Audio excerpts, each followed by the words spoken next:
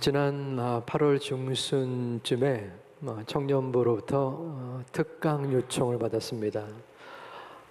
감사함으로 받아들였고, 그런데 특강이 일반적으로 강의를 하고 또 듣는 형식이 아니었습니다. 청년들의 질문을 미리 받아서 강사인 저에게 주면 그것을 보고서 그 중에 일부를 수련회 때 질문을 받고 답을 하는 형식이었습니다. 청년들과 같이 호흡하고 또 함께 고민을 나눌 수 있어서 저로서는 의미 있고 유쾌한 시간이었습니다.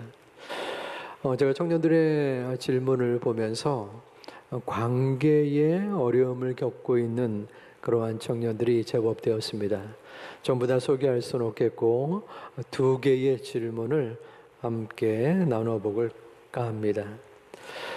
첫 번째는 교회 관계 내에서 갈등이 생기면 어떻게 할지를 모르겠어요. 기도도 안 되고 세상 사람들과 겪었던 갈등을 교회에서 또 겪으니까 그냥 다 놓아버리고만 싶기도 해요. 두 번째의 고민이었습니다. 사람들을 많이 대해야 하는 직업군에 있는데 잘잘못을 따져야 하면서도 그분의 마음을 상하지 않도록 말해야 되는 자리에 있어서 그 부분에 대하여 질문을 드립니다. 우리들은 삶 가운데에 여러 관계를 맺고 있습니다. 부모와 자녀, 배우자, 또 형제, 친구, 이웃, 직장 동료 등이 그러합니다. 하지만 조금 전에 청년의 고민과 질문처럼 어른들도 혹은 노년의 세대 또 청년 아이들도 조금씩 문제의 고충을 가지고 있는 듯 합니다. 제가 학교에 있을 때 여러 과목들을 가르쳤는데 그 중에 하나가 인간 관계론입니다. 사람이 살아가면서 어떠한 관계에 처하게 되며 그 관계를 잘 맺어야 되는지에 대한 과목입니다. 이게 실제로 대학원 상담학과 수업이 있는 거예요. 그만큼 관계가 현대 사회 속에서 중요하고 또 이 관계를 맺는 것이 쉽지만은 않다는 것을 보여주는 반증이기도 합니다. 자, 그렇다면 여러분의 생각에서 어떤 사람이 관계를 잘 맺을 수 있을까요? 쾌활하고 적극적인 성격의 사람, 혹은 관계를 잘 맺을 수 있는 방법을 아는 사람, 물론 외향적인 성격이나 또한 기술을 아는 사람이 관계 형성에 도움을 받을 수는 있습니다. 하지만 관계는 사랑에서부터 시작되는 것입니다. 어떠한 사랑입니까? 특별히 부모로부터의 사랑입니다. 다시 말하면 부모에게서 한이 없는 조건 없는 사랑을 받을 때에 그 마음과 생각이 자연스럽게 그 이후의 관계 형성에 영향을 미친다는 것입니다. 만일에 부모에게서 진실된 사랑을 경험하지 못한 자녀는 조건 없는 사랑에 대한 의문을 갖게 됩니다. 그래서 친구를 사귈 때에 의심을 하게 돼요. 얘가 왜 나한테 이렇게 잘해주지? 뭔가 원하는 것이 있는가? 혹은 반대로 내가 친구나 사람들을 사귈 때에 혹시라도 내가 이 사람에게 도움이 되지 않으면 내 친구가 나를 떠날 수 있다라는 마음의 불안감이 생기게 된다는 거예요. 왜냐하면 조건 없는 사랑을 많이 경험하지 못했기 때문이에요. 그래서 안타깝게도 남녀 간의 애인 속에서 남성이 여성에게 육체적인 관계를 요구하는 경우가 종종 있습니다. 그럴 때 처음에는 그것을 거절하고 단절하다가 혹시라도 내가 이 남자의 요구를 계속 거절할 경우 나를 떠나가지 않겠나 하는 마음 생각 때문에 그것을 허락하는 경우도 생길 수 있다는 것입니다. 반대로 부모로부터 적극적인 사랑, 또 끝없는 사랑을 경험한 경우에는 고기도 먹어본 사람이 맛을 안다는 것처럼 자신이 받은 그 사랑, 그 관계를 친구나 만나는 사람에게 자연스럽게 전할 수 있는 것입니다. 마찬가지로 관계에 영향이 이루어지는 것이죠. 이러한 부모와의 관계, 부모의 사랑은 신앙의 부분에도 영향을 미칩니다. 오늘 말씀은 어린 시절 상처와 어려움을 겪었던 무비보셋의 이야기입니다. 상처 속에 자라난 그 무비보셋을 하나님께서 어떻게 은혜를 베풀어 주시고 사랑해 주셨는지 함께 살펴보도록 하겠습니다. 무비보셋은 사울 왕 할아버지의 손자요 요나단 아버지의 아들이었습니다. 즉 다윗 왕과의 후손이었죠. 하지만 그는 어린 시절 큰 사건을 겪습니다. 이스라엘이 블레셋과 전쟁을 치르는 가운데 할아버지와 아버지가 죽임을 당합니다. 그 와중 가운데 유모가 이 무비보셋을 어린 아이를 안고 도망을 치다가 떨어뜨립니다. 그래서 두 발을 모두 절게 됩니다. 왕실의 후손에서 하루아침에 도망자 신세가 된 것입니다. 어둡고 침침한 곳을 찾아서 그는 숨어 지내야만 했습니다. 그러던 가운데 다윗이 왕위에 오르고 또 나라가 안정되자 하나님께서 다윗에게 친구 요나단을 생각나게 하셨습니다. 다윗은 신하에게 혹시 요나단의 가족이 살아있는가 알아보라고 했습니다. 사울 왕의 신하였던 시바는 이 모비베셋에 있는 것을 찾았고 또한 그것을 보고하였습니다. 자, 모비보셋을 데리고 오너라. 그래서 그 왕실에 그가 오게 되었습니다. 모비보셋은 그 다윗에게 두려움에 떨면서 절을 합니다. 왜냐하면 다윗은 할아버지 사울 왕으로부터 죽임을 당할 뻔했던 10년 동안 쫓김을 당했던 인물이었습니다.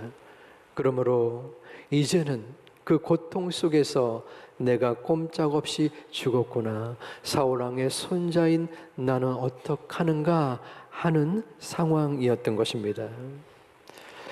그는 8절에서 자신의 처지를 이렇게 고백합니다. 그가 절하여 이르되 이 종이 무엇이기에 왕께서 죽은 개 같은 나를 돌아보시나이까. 당시의 고대 근동 사회에서 개는 더럽고 천한 존재였습니다. 이 무비보셋은 장애를 입고 15년에서 20년을 도망치다가 지금 왕궁에 온 것이라고 성경학자는 말합니다. 지금까지의 삶이 어떠했겠습니까? 어쩌면 죽지 못해 살았던 지난날의 세월이었을 것입니다. 자신의 가치는 쓸모없고 또한 필요 없는 존재라고 생각할 가능성이 큽니다. 그래서 다윗에게 죽은 개 같은 나라고 지금 말을 하고 있는 것입니다. 두려움 속에 말하는 이 무비보셋과 달리 다윗은 6절에서 따스하게 무비보셋을 부르고 있습니다. 사울의 손자 요나단의 아들 무비보셋이 다윗에게 나와 그 앞에 엎드려 절하며 다윗이 이르되 무비보셋이요. 지금 이 어조는 무비보세사 이렇게 야단치는 것이 아닙니다. 무비보세사. 지금 무비보셋은 두려움 속에 있다고 했잖아요. 할아버지 사울 왕으로 인해서 자신이 안갚음을 당하지 않을까, 목숨의 위해를 당하지 않을까 지금 근심 가운데 있는 것입니다. 그러한 그에게 다윗은 따스한 마음으로 지금 무비보셋을 부르고 있는 것입니다. 7절에서 다윗은 무서워하지 말라라고 한 것입니다. 두려움과 불안에 떨고 있는 이 무비보셋에게 무서워하지 말아라. 내가 너를 해하지 아니할 것이다 라고 말씀하고 있어요. 그리고 이어서 놀라운 엄청난 말을 또 합니다. 너는 항상 내 상에서 떡을 먹을지니라. 이 말은 무엇입니까? 옛날 그 아버지와의 인연 때문에 왕궁에서 조금 좋은 음식을 계속적으로 먹이는 것에 비하는 것이 아닙니다. 다윗은 이 무비보셋을 가족처럼 대하겠다라고 지금 선포하고 있는 것입니다. 더욱이 이 무비보셋이 여러 이 나라의 정권과 또 역할을 감당할 수 있다는 것을 내포하고 있습니다. 왜냐하면 당시에 왕의 식탁에서 정치의 전반적인 것이 논해지는 중요한 자리가 있었기 때문입니다. 이러한 무비보셋을 향한 다윗의 마음은 계속적으로 이루어졌습니다. 이제 도망자에서 그는 완전한 회복자가 되었습니다. 상처와 괴로움의 처지에서 모든 것이 인정받는 그러한 모습이 이루어진 것입니다. 그에게는 세 가지의 회복이 있었습니다. 첫 번째는 신분의 회복이었습니다. 두 번째는 재산의 회복이었습니다. 다윗은 사울 왕의 모든 밭을 그가 가질 수 있도록 허락해 주었습니다. 세 번째, 마지막 가장 중요한 회복이었는데 그것은 관계의 회복이었습니다. 할아버지와 아버지를 잃고서 장애를 가진 채 주변에 자신을 보호하고 사랑해 줄 아무런 도움의 손길도 없는 채 불안과 두려움 속에 있었던 지내왔던 지난 세월, 그 아픔과 괴로움, 다윗은 그 심정을 보듬어 주시고 또한 회복시켜 준 것입니다. 하나님 앞에서 우리는 어쩌면은 영적인 무비보셋입니다.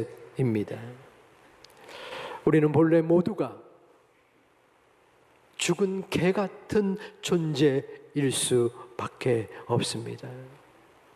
아버지 하나님 앞에 설 수조차 없는 무가치하고 소망 없는 존재가 바로 우리들이었습니다. 죄로 말미암아 우리는 사단 곁에 서서 하나님을 원망하고 하나님을 대적한 하나님의 원수들이었습니다. 그런데 하나님께서 우리를 부르셨습니다. 하늘의 식탁에 동참하도록 부르셨습니다. 그렇게 우리는 은혜를 입은 것입니다. 그런데 하나님의 식탁, 왕이신 하나님의 그 음식 자리에 함께 하는 자로서 우리는 감사와 감격과 또한 자신과 자부심이 있으십니까? 만일에 무비보셋이 왕의 식탁의 허락을 받았으면서도 그 사랑을 의심했다면 어떠했을까요? 왜 다윗 왕이 나에게 이렇게 잘해주지? 뭔가 계략이 있는 것이 아닐까? 이렇게 잘해주다가도 결국에는 나를 죽이는 것이 아닐까?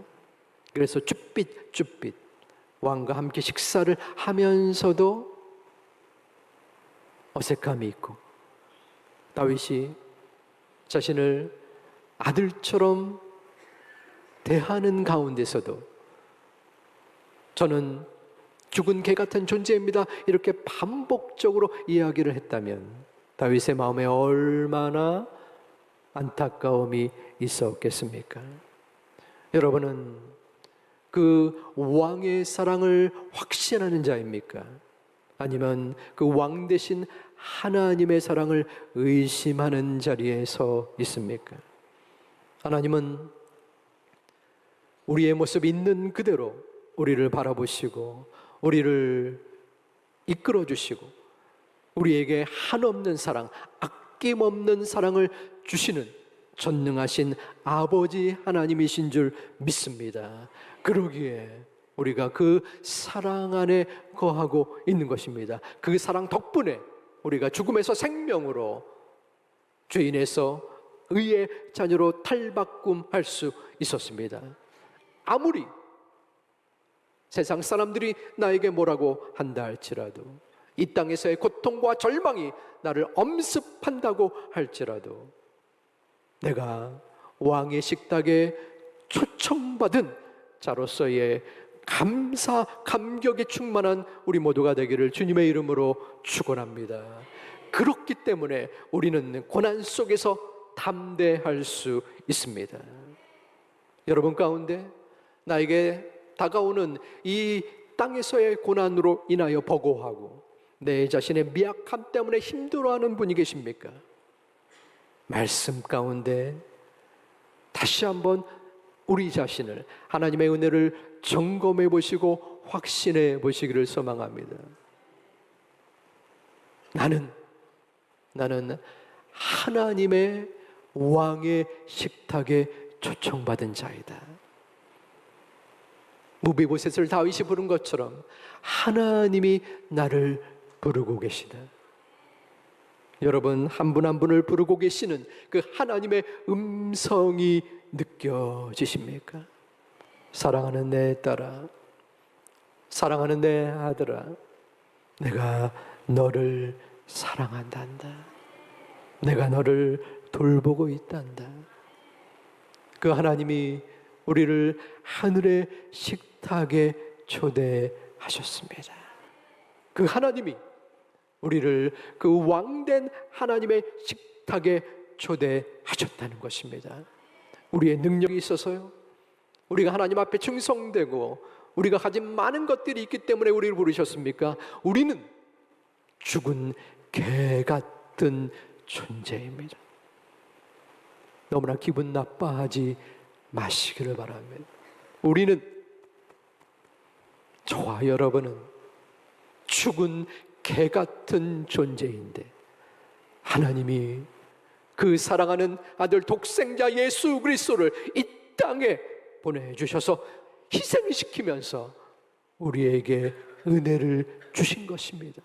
그 사랑이 우리를 하나님, 왕된 하나님의 식탁에 초대하셔서 우리와 함께 식사하시기를 원하시고 있는 것입니다. 그 사랑으로 우리는 이 땅에서의 고난을 극복할 수 있는 것입니다. 내가 어떠한 삶의 고충과 어려움과 힘겨움이 있을지라도 그 과정 속에서 하나님이 나를 붙들어 주시고 가장 좋은 방법으로 하나님의 때에 하나님의 인도하심을 구하는 은혜의 과정인 줄을 믿습니다. 그 은혜 속에 우리는 살아가고 있는 것입니다. 주님의 도우심, 주님의 인도하심, 무엇보다도 다른 모든 것은 다 잊어버릴지라도 이 성전을 떠나가기 전 단 한 가지, 나는 왕이신 하나님의 식탁에 초대받은 자이다. 그 하나님의 은혜를 마음에 느끼고 믿고 구하는 우리 모두가 되기를 다시 한번 주님의 이름으로 축원합니다. 그 하나님의 사랑이 우리 가운데 충만할 때 우리는 주변 사람들과의 관계 속에서도 자신 있게 나아갈 수 있습니다. 저희 아버님은 어머니와 별로 사이가 좋지 못했어요. 너무 성격이 달랐습니다. 아버지는 성격이 급했어요. 그리고 쪼존했습니다. 별명이 좁쌀 영감이었어요. 어머니가 만드신 겁니다. 그렇다고 대놓고 좁쌀 영감 그러지 못하고 기분 나쁜 일을 할 때 저 좁쌀 영감 이렇게 부르셨답니다. 저희 어머니는 여장부셨어요. 성격이 느긋하고 대범했어요. 좁쌀 영감과 여장부가 살았던 거예요. 어떻겠습니까? 힘들죠. 요즘 같으면 여성의 지위가 높아졌지만 또 그때는 여성은 잠잠히 있어야 되는 그러한 때였습니다. 이 좁쌀 영감이 마구마구 누르고 또한 지내왔어요. 그래서 저희 어머니는 저한테는 얘기를 안 하셨는데 며느리한테 지금까지 살면서 내 마음대로 한 것은 숨 쉬는 것 하나다, 이렇게 얘기도 하셨습니다. 그 사이에서 자라난 아이들은 어땠을까요? 적어도 저는 자존감이 낮았습니다. 두 분이 많이 싸웠어요. 그래서 치고받고 싸우진 않았지만 서로 티격태격 싸울 때 제가 어린 나이에 나중에 저한테 얘기를 했지만 불안했을 거 아니에요. 조그만 아이가 아마 4살, 5살 저 방구석에 찌그러져 있으면서 불쌍한 표정을 하고 있는 그 모습을 봤대요. 제가 생긴 게 기공자이지만 눈이 처져가지고 불쌍하게 생겼잖아요. 그래서 어머님이 저를 보시고 이혼만은 하지 말아야겠다. 그래도 이 인물이 한 가정을 살린 그러한 인물이기도 합니다. 풍성한 사랑, 물론 어머니의 극진한 사랑, 또 아버지의 속 깊은 사랑은 받았지만 그러한 무한한 사랑, 또 그 안에서 이루어지는 좋은 관계를 경험하지 못했기에 저는 자존감이 낮았고 소심했습니다. 사람들과의 관계 속에 자신감이 부족했어요. 그러한 저에게 하나님이 찾아오셨습니다. 주님께서 내가 너를 사랑한다. 내가 너와 함께 한다. 너를 도와주고 너를 이끌어 주리라 말씀하시고 확신을 주셨어요. 만일에 제가 하나님을 만나지 못했더라면, 또 하나님의 충만한 은혜가 저에게 있지 않았더라면 저는 지금 이 자리에 서 있지 못했을 겁니다. 그리고 사람들과의 관계 속에서도 자신 있게 나아가지 못했을 것이 분명합니다. 사랑하는 저희 가족 여러분, 하나님께서 나를 아끼시고 사랑하시고 인도하여 주셨다는 그 사실, 그 은혜를 믿는 여러분 되시기를 주님의 이름으로 축원합니다. 그러기에 우리가 이 자리에 있는 거예요. 하나님이 우리를 인정하신 거예요. 하나님이 우리를 자신의 그 하나님 왕의 식탁에 동참시켜 주신 겁니다. 그러므로 우리는 담대함을 가져야 돼요. 비록 나는 내 스스로를 인정하지 못하지만, 나는 너무나 부족하고 미흡하고 연약하지만 하나님이 나를 인정하셨기에, 혹은 실수가 있고 혹은 부족한 몸과 마음일지라도 담대하게 자신 있게 교만이 아니라 자만이 아니라 자신감을 가지고 나아가야 될 줄을 믿습니다. 그것이 하나님의 사랑의 충만함입니다. 하나님의 은혜가 아니었으면 우리는 한순간도 살아갈 수 없는 존재입니다. 이 가운데 혹시 저처럼 어린 시절의 상처와 괴로움, 부모님으로부터 받지 못했던 사랑 때문에 힘들어하고 그것이 지금의 내 삶의 영향이 되어져서 관계의 어려움을 겪고 있고 또 내 삶의 방향 속에 문제를 지니고 있는 분이 계십니까? 그럼에도 불구하고 하나님은 우리를 찾아오신 거예요. 적어도 이 자리에 예배를 드리고 있는 여러분은 분명한 하나님의 사랑을 확인받은 은혜의 자녀인 줄을 믿습니다. 그러므로 그 마음을 가지고 나아가는 겁니다. 그 사랑 덕분에, 그 사랑으로 인해서 우리는 고난과 환난 속에서 다시 한번 믿음으로 나아가기를 소망합니다.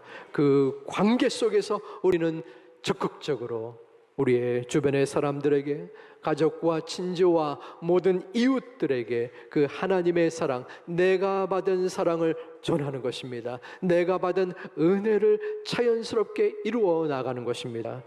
복음의 빛을 전하는 우리 모두가 되는 것입니다. 그러므로 하나님께서 우리를 이 땅에 보내주셨고, 우리를 구원받은 백성 자녀로 인도하여 주셨고, 우리를 이 세상 끝날까지 복음의 빛을 비추는 그러한 증인과 삶의 자세로 인도하여 주셨음을 믿고 담대하게 복음의 빚진 자로서 나아가는 우리 모두가 되기를 주님의 이름으로 축원합니다. 축복합니다.